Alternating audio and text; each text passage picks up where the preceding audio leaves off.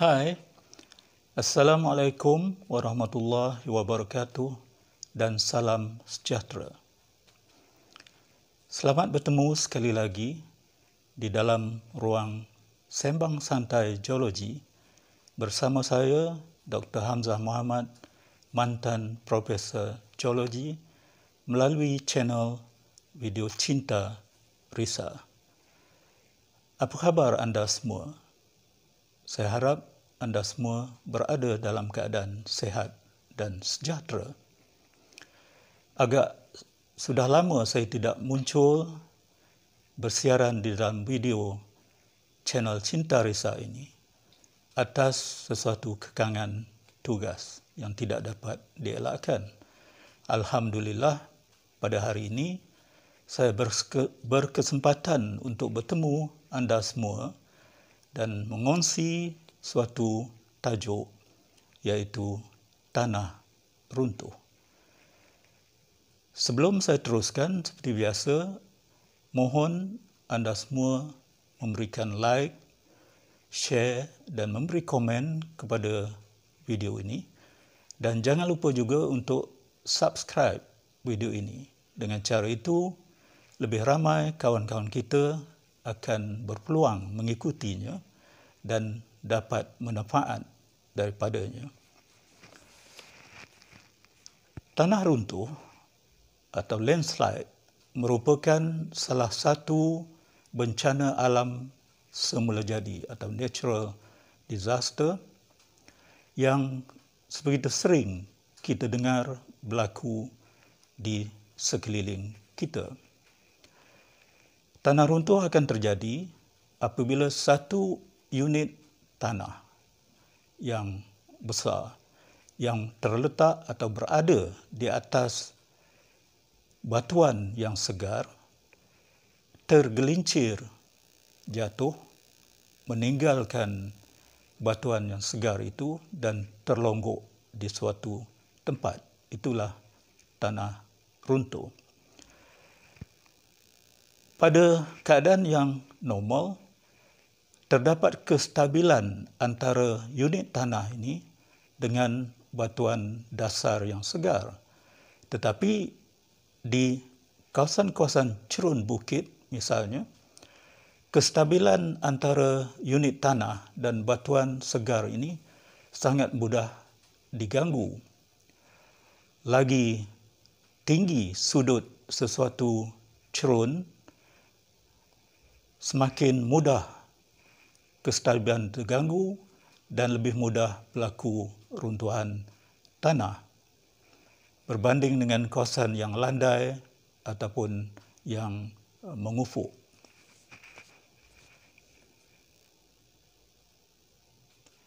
Di kawasan-kawasan seperti kita, kawasan tropika yang iklimnya boleh dikatakan lembap dan panas sepanjang tahun, luluh hawa kimia atau chemical weathering berlaku dengan sebegitu intensif ataupun cepat sekali, dan luluh hawa kimia ini mengubah batuan yang segar, misalnya granit, kepada apa yang kita rujuk tadi sebagai tanah, dan tanah ini akan terletak di atas unit batuan segar itu.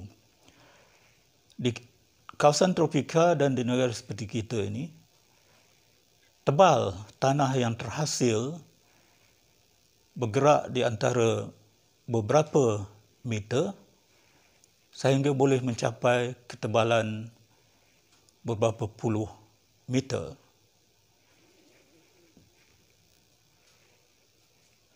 Apatah lagi jika tanah itu bersifat sangat kaya dengan mineral-mineral yang halus yang berkeping yang disebut sebagai mineral tanah liat atau clay mineral.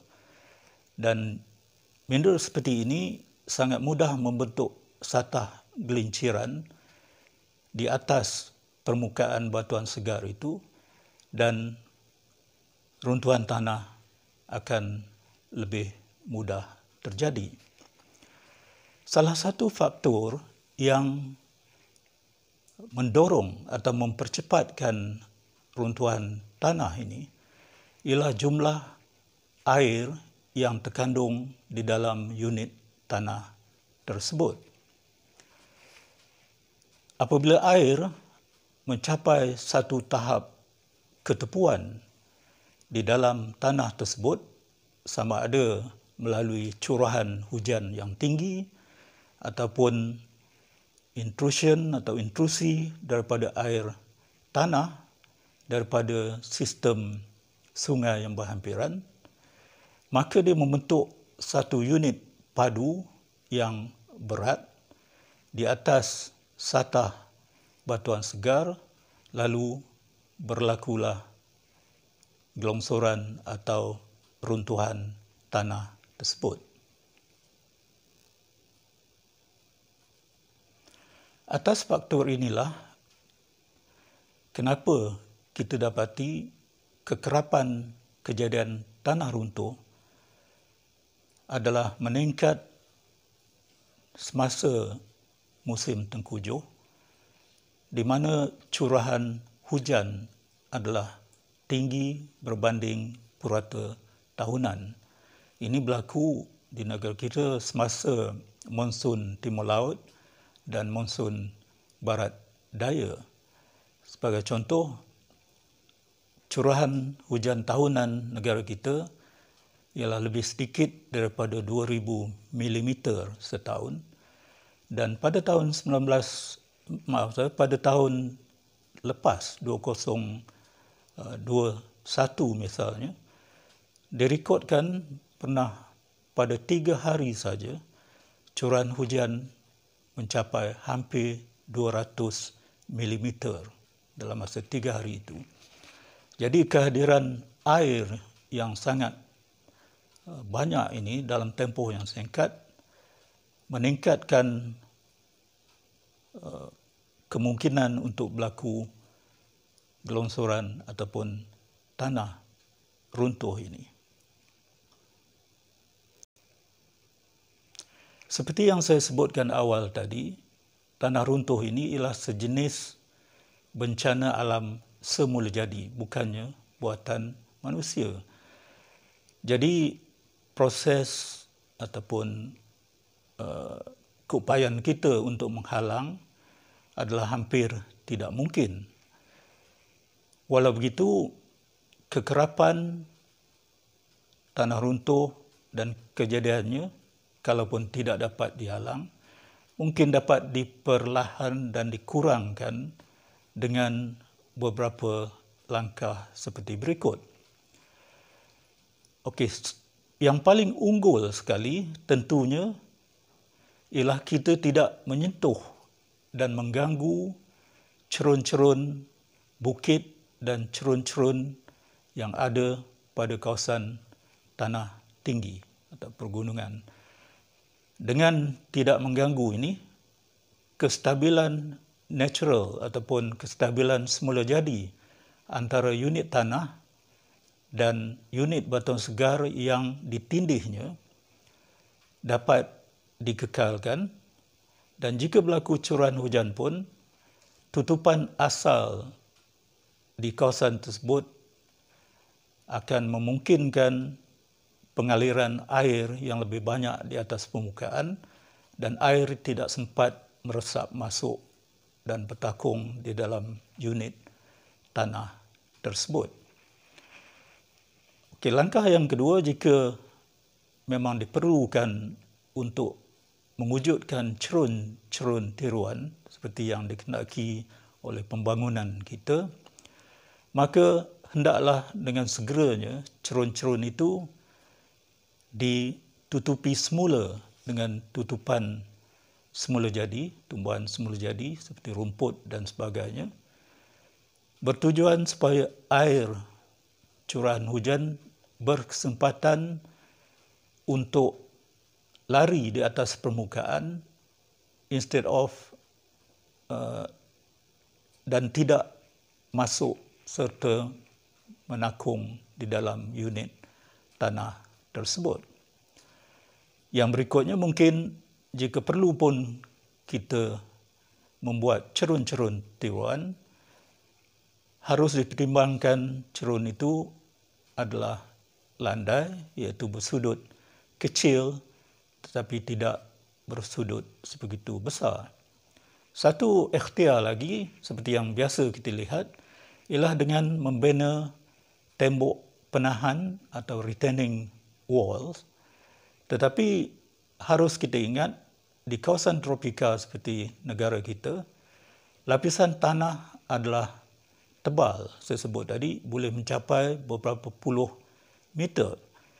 Jadi pertimbangan di dalam membina tembok penahan ini ialah kedalamannya. Kerana jika tembok dibina di atas tanah, masuk ke kawasan di dalam tanah itu sendiri, usaha ini tidak bermakna kerana dia tidak akan berjaya menahan pergerakan tanah.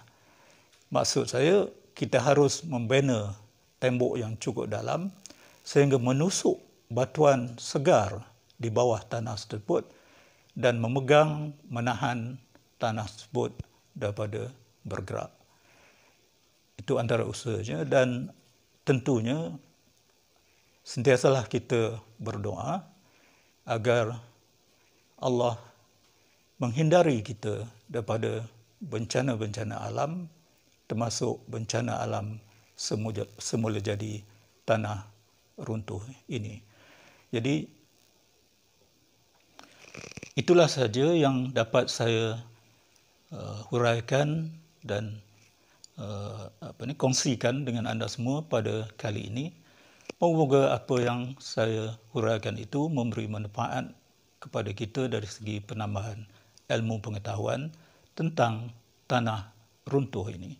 Jadi sebelum kita berpisah, sekali lagi saya memohon supaya diberikan like, share dan komen kepada video channel Cinta Resa ini, dan jangan lupa untuk subscribe channel ini.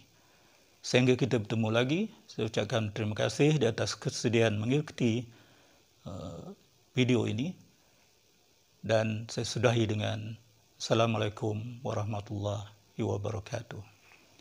Bye.